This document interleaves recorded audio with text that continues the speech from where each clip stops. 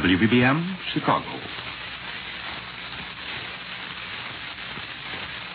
World News Today, brought to you by the Admiral Corporation, makers of Admiral Radio, America's Smart Set. By shortwave broadcast direct from important overseas stations, as well as leading news centers of our own country, CBS correspondents are waiting to bring you a complete report from the world's political and battlefronts. But first, here's Doug Edwards.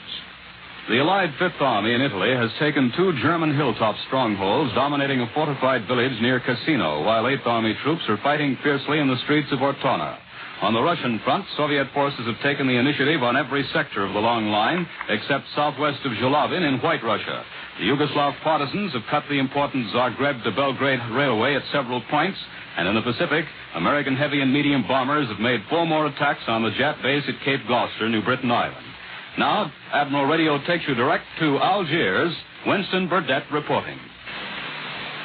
In the mountainous central sector of the Fifth Army front in Italy, American doughboys celebrated Christmas by pushing doggedly ahead in pouring rain, under wicked fire from enemy machine guns, and knocking the Germans off another peak in the outskirts of San Vittore. It was a bitter fight for a key objective. The hill the Americans captured is 1,400 feet high at the western end of the Samukro chain. It directly dominates the village, which is the enemy's next stronghold on the road to Cassino, 7 miles further up the valley. That is the only gain reported for Christmas Day along the entire front in Italy. Elsewhere, the Germans have fought us to a standstill. The approaches to San Vittore, which the Americans are now preparing to tackle, are stiff with mines and pillboxes, machine gun posts, and mortar batteries. This will be another grim job for the infantry. It promises to be the Battle of San Pietro all over again. The greatest immediate threat to the Germans' winter line is in the east on the Adriatic coast. To answer that threat, they have concentrated 3 divisions against the Canadians in and around Ortona. In the furious battle for that port town, the anchor of Marshal Kesselring's left flank, where the Germans are still holding out, both sides are relying heavily on armor. The Canadians have blasted all but a handful of Germans out of Ortona after 5 days of the deadliest tank and infantry fighting of the Italian campaign. But that handful are still clinging to the northwest section of the town. The Germans have blown up all of Ortona's landing keys, just to make sure that the port will be of no immediate use to us once we get it. Here at headquarters, the main topic of speculation this weekend has been the new Allied command appointments for the invasion of Europe. Those appointments are in themselves a significant comment on the way the war has developed in the Mediterranean theater. General Eisenhower will leave his command here to head the massive Allied offensive now in the making against Germany. Lieutenant General Karl Spaatz, until now commanding the Northwest African Air Force, will also leave this theater to head the entire American strategic bombing of Germany. General Montgomery will become Commander-in-Chief of British invasion armies in the United Kingdom. Of the top men in the Mediterranean theater, General Sir Harold Alexander is presently slated to remain as commander of the Allied armies in Italy. So the questions which people are asking here are, what next in the Mediterranean? Will further Allied offensives be launched from the south? Will Italy be the springboard for something else? Or will Italy serve mainly as an air base to swell our bombing offensive against Germany? This is Winston Burdett at Allied Force Headquarters in North Africa, returning you now to CBS in New York. More news in just a moment, but first here is Warren Sweeney with a word from Admiral Radio. Next Friday will mark the 3rd time our country has paused at midnight to look forward to a new year as a nation at war. 2 years ago, we were a stunned nation, shocked at the treachery of a cowardly attack. Last year, a nation engrossed in seemingly insurmountable difficulties in the process of preparedness. This year, an entirely new picture is presented. Production problems have been solved. War industries, like the 2 great Admiral plants, are turning out the materials of warfare in ever-increasing amounts. Our armed forces, steeled in the fire of experience, are sending our enemies reeling back in the prologue of mightier blows to come. All these things we will see as we welcome the new year this week. A welcome, while it may lack the carefree gaiety of pre-war years, will be marked with the satisfaction of a job well begun, a hope of a not-too-distant victory. The Admiral Corporation and every Admiral worker join in the silent resolve that the work so well begun shall continue until our enemies are blasted into complete defeat. But to you on the home front, Admiral has this assurance.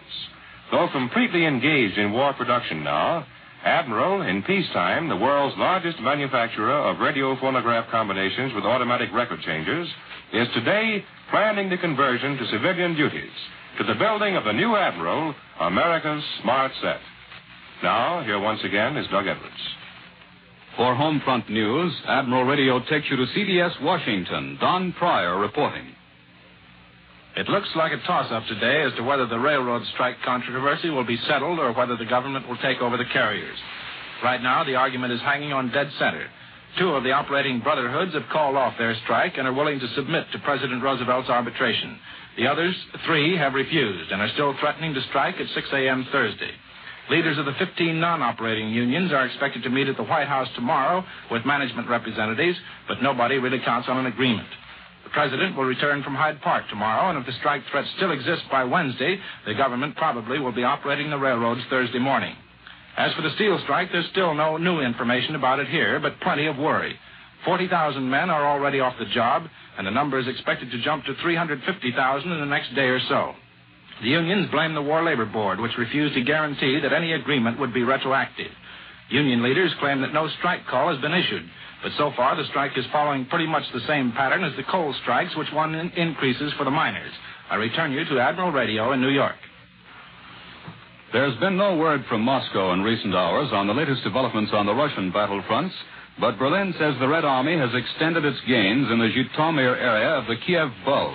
The Russians are said to be using superior forces in this drive, which the Germans say has already penetrated some of their positions.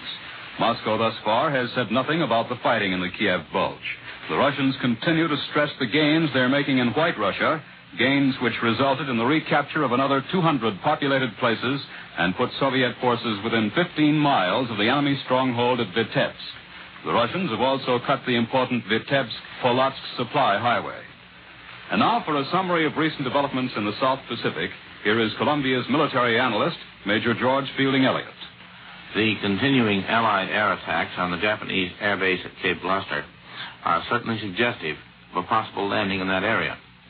The Japanese appear to be unable to operate their air power from this base due to these continuous attacks. The objective of our last raid appears indeed to have been shifted to the surrounding villages where Japanese troops may have taken refuge. The Japanese and German radios are reported as hinting that a landing has already taken place. However this may be, it's clear that in the strategical sense, the same pattern is being followed in New Britain that has already been successful on Bougainville, where the establishment of an American air base at Empress Augusta Bay has been followed by the neutralization of the Japanese air facilities at all other points on Bougainville Island. The landing at Empress Augusta Bay was made under cover of long-range and carrier-based aircraft.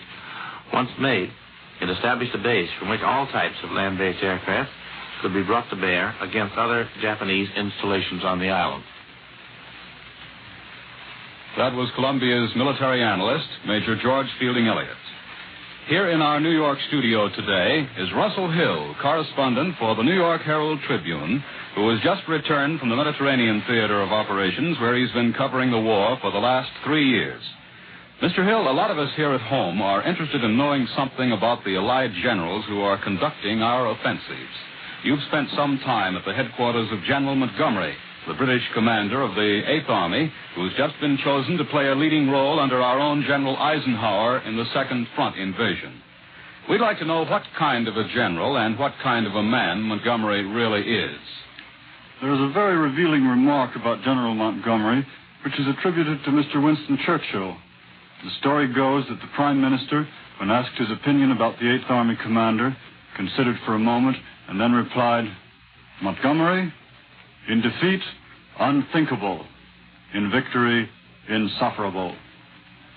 Certainly it is true that Monty is not conspicuous for the courteous and modest manners that make General Alexander, for instance, such a pleasant person to know. Montgomery thinks he's good and doesn't mind saying so. When he thinks somebody else isn't good, he also says so. And this frankness has made him a good number of enemies. Yet his very faults have helped make Monty a successful general. He is ruthless enough to cut red tape, to get rid of inefficient subordinates, to get the supplies he needs.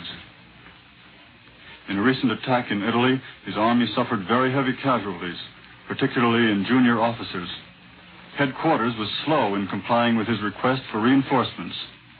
Impatiently, he wired, "If I don't get the officers I have asked for within 48 hours, I will stop the battle." He got his officers. What do you think of Montgomery as a strategist? My impression of Montgomery is that he is not a military genius or a miracle man, but he will always be a successful general. He does not carry out daring and brilliant operations which might entail some risk, but he is careful and methodical and leaves as little as possible to chance. He knows how to inspire his men with confidence and enthusiasm, and he has had plenty of experience in handling the various weapons of modern war, in coordinating all arms of the service, and in cooperating smoothly and closely with the air forces. When General Montgomery leads his new army into action in Western Europe, we can be sure that he will not let us down. He will lay his plans carefully and will not undertake anything that does not have a good chance of success. He has never yet suffered a major setback, and there is every reason to hope that he is not going to. It is important to be able to count on that. Thanks, Russell Hill of the New York Herald Tribune, for that picture of a great general. London newspapers this morning are practically unanimous in acclaiming the appointment of General Eisenhower to lead the invasion of Germany. The Express praises the general for welding the fighting men of our two races into one whole, happy, and formidable instrument of battle.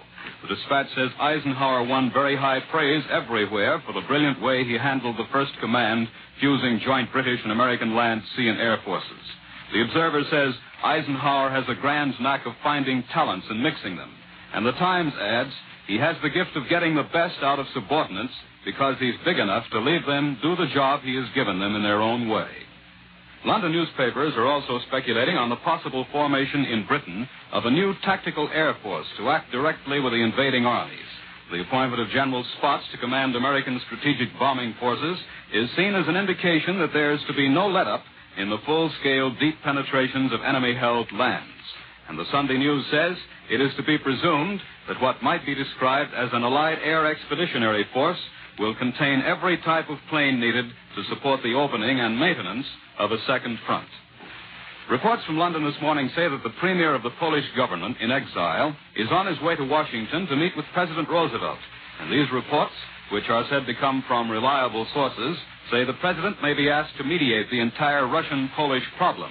The two governments, you know, broke relations in April after the Kremlin charged that the Polish government has asked for an investigation of Nazi reports that the Russians had executed 10,000 Poles near Smolensk.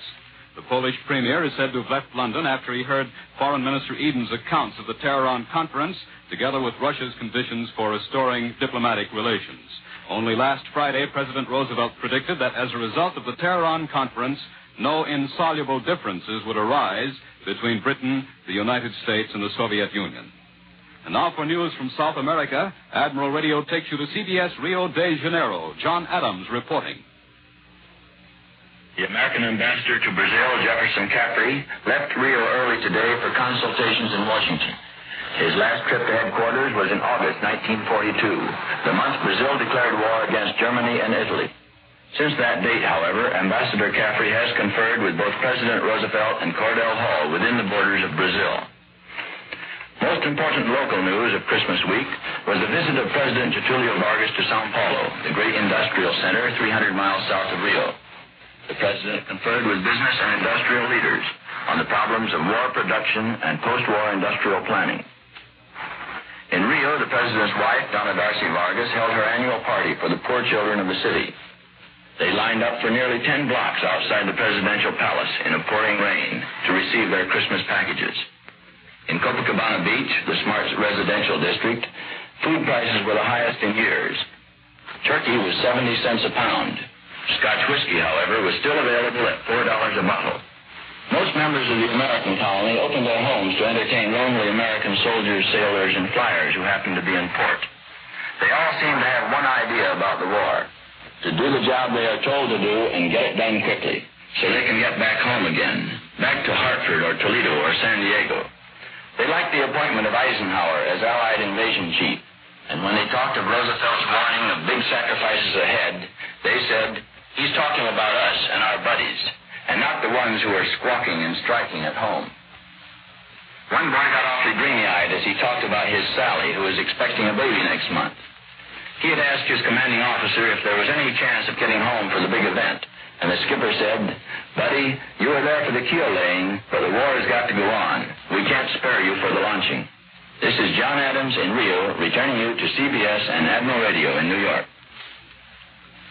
Allied airmen continue to hammer Jap positions in the Central and South Pacific. For a report on these developments, Admiral Radio takes you after a brief pause to CBS Honolulu, Webley Edwards reporting. The Marshall Islands, most immediate obstacle in the path of the Pacific Fleet's road to Tokyo, are the most bombed bits of land in the world today. 21 times in the last 8 days, Army and Navy planes have made the Marshalls their target, adding to the punishment dealt to these islands since mid-November. Within the last week, 2 and often 3 times a day, our planes have been over the Marshalls, dealing death and destruction to ship and shore installations there. Hitherto unknown names such as Kwajalein, Jaloi, Wotie, and Mili have become commonplace names in the communiques and news releases from Central Pacific headquarters. On the maps of the 7th AAF and of Fleet Air Wing 2, these clusters of coral atolls are hotspots, marked for constant attention by heavy and medium bombers and fighter groups. In land area, the Marshalls are not important, but as airstrips and anchorages, flanking or obstructing the sea lanes to Japan, they are extremely important. And that is why these islands, in total area about the size of Rhode Island, are receiving the lethal attention of our Central Pacific air strength with such regularity. They are the forward group of stationary carriers the Japs have built up during the last 25 years as bastions for their hoped-for conquest of the Pacific and the world. Of all Jap-held bases, they are closest to our defense frontier here in the Hawaiian Islands. It has taken us a couple of years to establish our own bases near enough to them to give them a daily plastering. In the early days, our strikes were by fast-moving carrier planes. And then we started moving toward them through our occupation of the Ellis Islands. And then more recently, through our occupation of the nearby Gilberts. The Marines at Tarawa gave us a most important airstrip there, from which our fighter and medium bomber planes could augment the attacks of the longer-flying heavy bombers from more distant islands. In the middle of the day's news, bombings on Berlin and other key German cities, predictions of an offensive against the European continent, and tremendous gains in Russia, the Marshall Islands may appear as tiny bits of land in a vast Pacific, far from the ultimate objective of our Pacific forces, which is Honshu Island in Japan. But mark this, they are 2,000 miles nearer to Japan from Hawaii, and that would be pretty good ground gaining in anybody's league. This is Webley Edwards at Pearl Harbor, returning you to Admiral Radio in New York.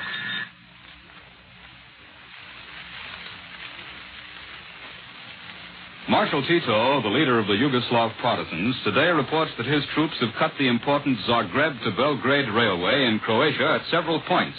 And in central Bosnia, heavy fighting is said to be continuing with additional huge losses inflicted on the enemy. The partisan communique also tells of new fighting against General Mihailovic's Chetnits in several parts of Serbia.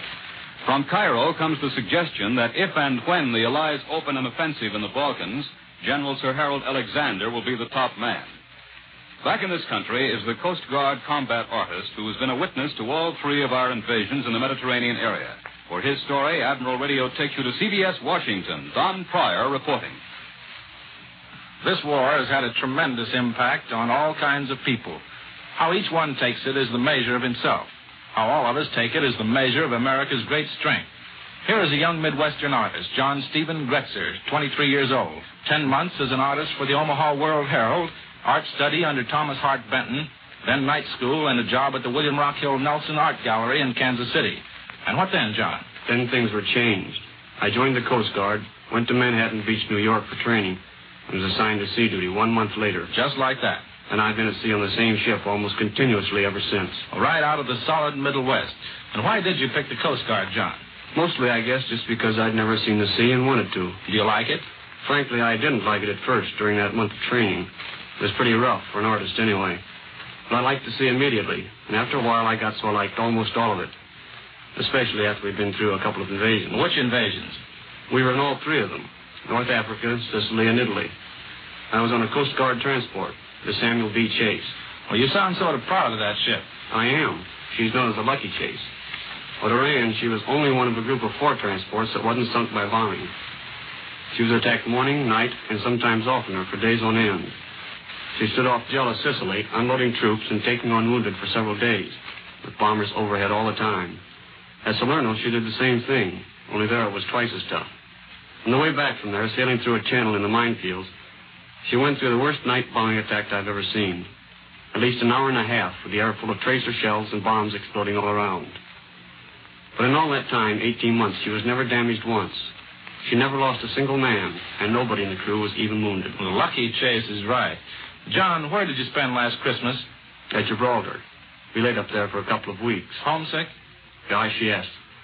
I had just been married 1 year before on December 26th. It had been a long time. The boys had a Christmas celebration on board with turkey and all the rest. But we hadn't received any mail for several months. Not even a letter, much less Christmas packages. On top of that, I drew a gun wash Christmas Eve and I had to miss the celebration. But this Christmas was different. Yes, this was different. Mrs. Gretzler is right here in the studio. She arrived in Washington just 3 days ago, and she and John spent Christmas together. The first time, incidentally, they've been seeing each other for 10 months. John is now a combat artist, and he'll stay here for a while, putting his experiences onto paper and canvas, and then out to sea again. But incidentally, don't let that word artist fool you.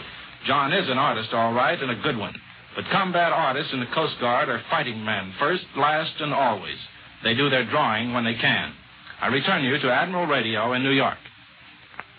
And once again, here is Warren Sweeney with a word from Admiral Radio. With the Admiral Corporation and other radio manufacturers devoted entirely to wartime production, the radio you now have has become practically irreplaceable. But no matter how careful you may be, breakdowns are bound to occur at some time or other. If your set fails to operate perfectly, however, there are some things you can do before calling on your busy Admiral dealer. Certain checks you can make to determine if there is actually a structural failure.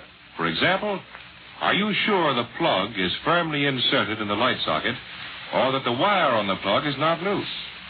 Servicemen can tell of many calls made for something no more serious than that. As a wartime service to you in helping to keep your set in operation, and to help save the time of your busy Admiral dealer, Admiral has prepared a home checkup chart giving some 20 suggestions of things you can do before calling your serviceman. To obtain one of these charts, just ask for it at your Admiral dealers or address a letter or card to this station. The simple directions you will find on this chart may be the means of keeping your set in operation and may save you the expense of a service call. Ask your Admiral dealer for a home checkup chart or send your name and address now to the station to which you are listening. Careless talk can cost lives. Words can sink ships, lose weapons, mean the failure of military ventures. Remember these rules in even the most carefully guarded conversation. If you hear it from someone else, don't pass it on. If you see it yourself, tell no one. Don't talk unless you read it in the newspapers or hear it on the air. These are things our enemies would like to know about our men, planes, ships, and supplies. Where, how, when, how many, what kind. Let's make them find out the hard way on the battlefields of the world. The appearance of Navy personnel on this program does not constitute an endorsement of our product for the Navy Department. World News Today is brought to you each Sunday at this hour by the Admiral Corporation, makers of Admiral Radio, America's smart set. Be sure to listen again next Sunday when Admiral brings you World News Today by shortwave direct from leading news centers of the world. This is the Columbia Broadcasting System. The WBBM Air Theater, Wrigley Building, Chicago 11.